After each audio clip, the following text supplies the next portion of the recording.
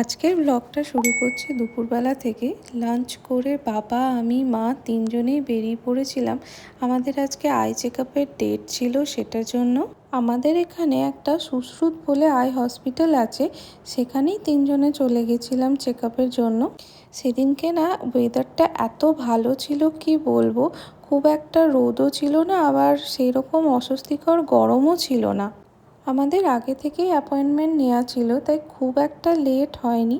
প্রথমে মায়ের আর আমার চেক আপ হয়ে গেছিলো, আর বাবা বাকি ছিল। বাবাকে প্রথমেই দুবার ড্রপ দিয়ে তারপরে আর কি চেক আপ করতো। তো আমরা এখানে বাবার জন্যই আর কি ওয়েট করছিলাম। তারপরে আমাদের চেক আপ কমপ্লিট করার পর আমরা চলে যাই স্টেশনে।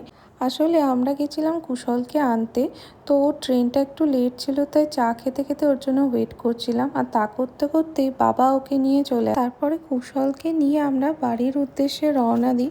আসলে ও বেশ অনেক দিন পর আর কি বাড়ি এলো, তো বাবা মা দুজনেই ওর জন্য অধীর আগ্রহে অপেক্ষা করছিল।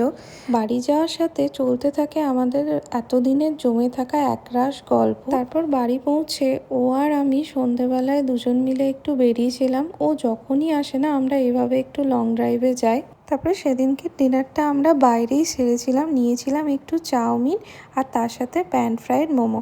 তো চলো আজকের ব্লগটা এখানেই এন্ড করলাম, বাই।